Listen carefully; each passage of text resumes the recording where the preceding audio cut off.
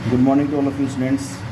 तो अभी जो हमारा टॉपिक चल रहा है वो चल रहा था चैनल्स ऑफ डिस्ट्रीब्यूशन, जिसमें हमने उसके टाइप्स पढ़े थे।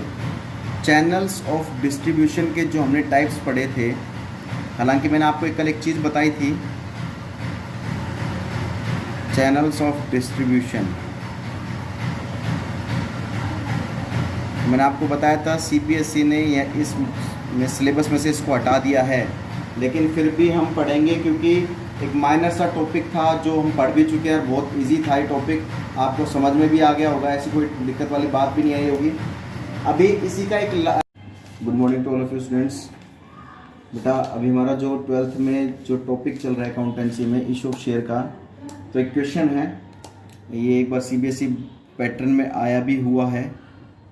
ठीक है, ये इम्पोर्टेंट क्वेश्चन है, इसलिए मैंने आपको ये 4 मार्क्स में या 3 मार्क्स में आपसे पूछ लिया जाता है। ठीक है, तो अभी देखते हैं इस क्वेश्चन को। क्वेश्चन में बोल क्या रखा है, सबसे पहले वो चीज़ पढ़नी बहुत ज़रूरी है। तो अभी क्वेश्चन जो है आपके सामने वो क्या है, मैं आपको बता देता हूँ। क्वेश्चन बहुत इंपॉर्टेंट है। रूपा लिमिटेड है, उसने 5 लाख शेयर्स को इशू किया है 10 रुपये के हिसाब से। उसके पास, रूपा के पास कितने हैं, 5 लाख शेयर्स हैं, 10 रुपये का एक है, और उसने 15 पर शेयर प्रीमियम पर उसको इशू किया है। तो प्रीमियम पर इशू किया है, चलो ये भी कोई दिक्कत नहीं है, ये बात भी समझ में आ गई। The amount were receivable as follows, कि अमाउंट किस तरीके से हमें रिसीव होना है, किस तरीके से हमें अमाउंट रिसीव होना है। कह रहा है application allotment and final call, application allotment and final call.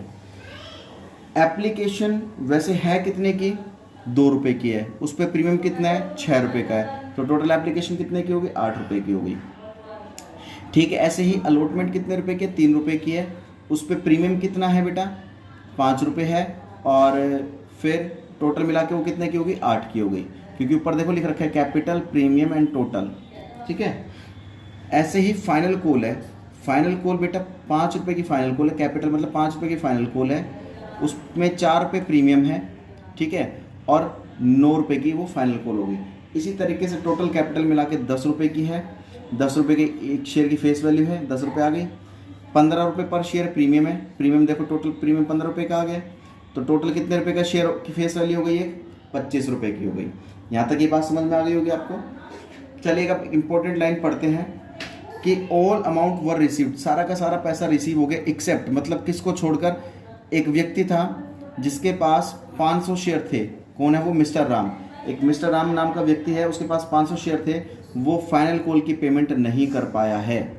Accept final call मतलब फाइनल कॉल की पेमेंट नहीं कर पाया है, उसके शेयर को बेटा फोरफीट कर लिया गया है। ठीक है, और रीशू कर दिया गया है किसको, शाम को, कितने रुपए में, 14 रुपये में। तो अब इसकी गिव जर्नल एंट्रीज, हमें एंट्रीज करनी है, तो एंट्रीज पर फोकस करते हैं। चलिए तो देखिए, सबसे फर्स्ट जो पहली एंट्री आती है वो किसकी आती है, फॉरफीचर ऑफ शेयर्स की, फॉरफीचर ऑफ शेयर्स की, फॉरफीचर ऑफ शेयर। सबसे पहले फॉरफीट करेंगे हम शेयर्स को।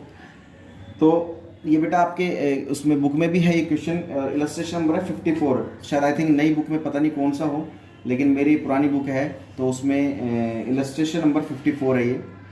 तो बहुत ही अच्छा क्वेश्चन है, पढ़ना है आपको अच्छे से। तो सबसे पहले देखो हमें एंट्री क्या करनी है, उसने कहा है कि वो फाइनल कॉल की पेमेंट नहीं कर पाया है, और फाइनल कॉल पे क्या प्रीमियम है, बिल्कुल डेफिनेटली प्रीमियम है। तो बेटा फोरफीट के समय सिक्योरिटी प्रीमियम का बैलेंस क्या हो जाता है, डेबिट हो जाता है। मैं पहले भी आपको बता चुका था कि फोरफीट के समय जो सिक्योरिटी प्रीमियम का बैलेंस डेबिट हो जाता है। तो पहली एंट्री क्या कर देंगे, share capital account debit to share, जिसकी पेमेंट नहीं उसका नाम लिख देंगे, to share final call account. ठीक है, and to share forfeiture account. अब देखिए क्या फाइनल कॉल पे प्रीमियम है, बिल्कुल डेफिनेटली प्रीमियम। जब उसने फाइनल कॉल पे नहीं की तो जाहिर सी बात है प्रीमियम भी पे नहीं किया होगा उसने, तो यहाँ पर सिक्योरिटी और प्रीमियम का बैलेंस फोरफीट की एंट्री में डेबिट हो जाता है। यहाँ लिख देंगे सिक्योरिटी प्रीमियम अकाउंट डेबिट। अब देखिए इसको करना कैसे है। शेयर कितने फॉरफिट किए गए बेटा? 500 शेयर फॉरफिट किए गए। एक यहाँ पे शेयर कैपिटल हमेशा फेस वैल्यू लिखी जाती है। शेयर कैपिटल में हमेशा फेस वैल्यू कितनी है बेटा? 10 रुपये एक शेयर की। ठीक है, अब ये देखना है कि फाइनल कॉल का प्रीमियम है। फाइनल कॉल का प्रीमियम कितने रुपए? 4 रुपये है, तो उसे 4 रुपये पे नहीं किए गए प्रीमियम के। फाइनल कॉल है कितने की? टोटल 9 रुपये की है, तो यहाँ पर 500 इंटू 9, बचा बैलेंस कितना भाई? 10 + 4 14 हो गए। 14 में से 9 रुपये तो फाइनल कॉल के हो गए, यानी कि उसने कितने कर दिए होंगे? 5 रुपये उसने पे कर दिए होंगे। ठीक है, जो उसके फॉरफिट कर लिए गए हैं। तो यहाँ पे दिखा देंगे 5000, यहाँ दिखा देंगे 2000, यहाँ पर 4500 और यहाँ पर 2500। इनकी नरेशन ज़रूर कर देना बेटा। नरेशन बीइंग वर्ड यूज़ करके आप इसकी नरेशन ज़रूर कर देना, फॉरफिटेड ऑफ शेयर्स। ठीक है, अब बात करते हैं हम किसकी? री इशू की। सेकेंड एंट्री किसकी आ जाती है हमारे पास? री इशू की आ जाती है। री इशू ऑफ शेयर्स। एक बात बता देता हूं बेटा मैं आपको कि वो 8 एंट्रीज तो होंगी ही होंगी। ये तो वो 8 एंट्री सिंपल सी होती हैं, इसलिए ये ज़्यादा मेन फोकस इस पर कर रहा हूं मैं, ताकि इसमें गड़बड़ी बच्चे ज़्यादा कर देते हैं। ठीक है, तो रेशियो ऑफ शेयर्स की बेटा सबसे पहली बात, हमने वो शेयर कितने में रीइशू किया है? 14 पर शेयर में, यानी कि फेस वैल्यू उसकी 10 रुपये थी और हमने उसको 14 रुपये में रीइशू कर रहे हैं, तो प्रीमियम पे कर रहे हैं 4 रुपये। तो एंट्री क्या कर देंगे? Bank account debit to share capital account and to security premium account. To share capital account, to security premium. Narration वही कर देना बीइंग वर्ड यूज करके, being share reissued to Shyam. किसको करा है? वो श्याम को इशू किए गए हैं, तो श्याम का नाम लिख देना। अब कितने शेयर इशू किए गए हैं वो आपको देखने हैं बेटा। वो जितने फॉरफिट किए थे उतने के साथ, फॉरफिट कितने किए थे? 500 शेयर फॉरफिट किए थे, वो सारे के सारे हमने क्या कर दिए? री इशू कर दिए हैं। तो यहाँ पर री इशू कितने? 500 इंटू कितने में री इशू किए बेटा? 14 में। एक्चुअल में उसकी फेस वैल्यू कितनी थी बेटा? 10। शेयर कैपिटल में उसकी फेस वैल्यू, और प्रीमियम कितना है? इंटू 4, क्योंकि 10 का शेयर बेटा 14 में इसको री इशू किया गया है। तो यहाँ पर लिख देंगे 7000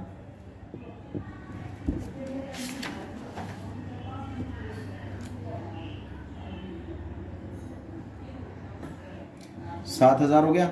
फिर यहाँ पर दिखा देंगे 5,000 और यहाँ पर दिखा देंगे हम 2,000। ठीक है, ये होगी जी हमारी रीइशू की एंट्री। अब बात करते हैं तीसरी एंट्री की। वो किसकी होती है बेटा? Transfer to capital reserve.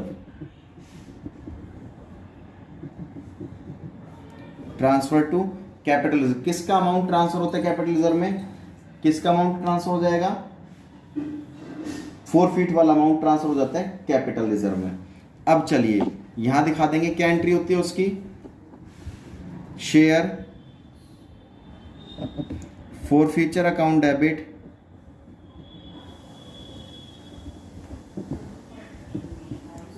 To capital reserve account. Capital reserve account, देखो यहां पर हमने प्रीमियम पे रीइशू किया है तो कोई मतलब नहीं, अगर डिस्काउंट पे होता तो हम देखते हैं, और वो कैलकुलेशन भी हम तब करते हैं जो हम लास्ट वीडियो में देखी थी कैलकुलेशन। अब इसने 500 शेयर फॉरफिट किए, 500 के 500 रीइशू कर दिए, तो हमें अलग से कैलकुलेशन करने की जरूरत नहीं होती है। अलग से कैलकुलेशन करने की जरूरत वहां होती है जब 500 शेयर फॉरफिट किए हों, उसमें से हम 200, 400, 300 यानी कि इससे कम रीइशू कर रहे हों, तो वहां पर हमें कैलकुलेशन की जरूरत होती है। लेकिन यहां पर अब हमें कैलकुलेशन की जरूरत नहीं होगी। सीधा फॉरफीचर का अमाउंट जितना होगा हमारे पास, यहां पर फॉरफीचर का अमाउंट कितना है हमारे पास? 2500। तो ये का ये अमाउंट हम कहां ट्रांसफर कर देंगे? कैपिटल रिजर्व में। तो ये आपका बिल्कुल आंसर होगा। ये बात समझ में आ गई? आप चाहो तो बेटा इसका एक बार स्क्रीनशॉट ले सकते हो।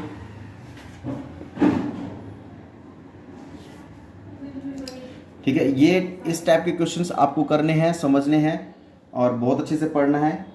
तो ये टॉपिक्स को अच्छे से कर लेना, और अगर फिर भी समझ नहीं आया तो वीडियोस को दोबारा वो रिपीट कर लेना, और अगर फिर भी समझ नहीं आया तो मुझसे कांटेक्ट कर लेना, मैं समझा दूंगा। और तब भी समझ नहीं आया तो बेटा फिर उसका कोई इलाज नहीं है। ठीक है, तो कहने का मतलब क्या है, मेहनत करो, पढ़ो अच्छे से, तभी कुछ समझ में आएगा।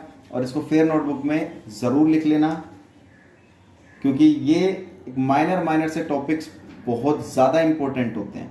तो इन चीज़ों का खास तौर से ध्यान रखना है तुम्हें। ठीक है, जिस बच्चे ने स्क्रीनशॉट नहीं लिया है तो दोबारा ले सकता है अभी। ठीक है, तो ये टॉपिक्स है, इनको अच्छे से करना है। और आगे के 4-5 क्वेश्चन आप खुद भी करके देख सकते हैं। सारा कुछ मेरे ऊपर डिपेंड मत रहिए, खुद भी कोशिश कीजिए क्वेश्चन करने की। ठीक है, थैंक यू सो मच।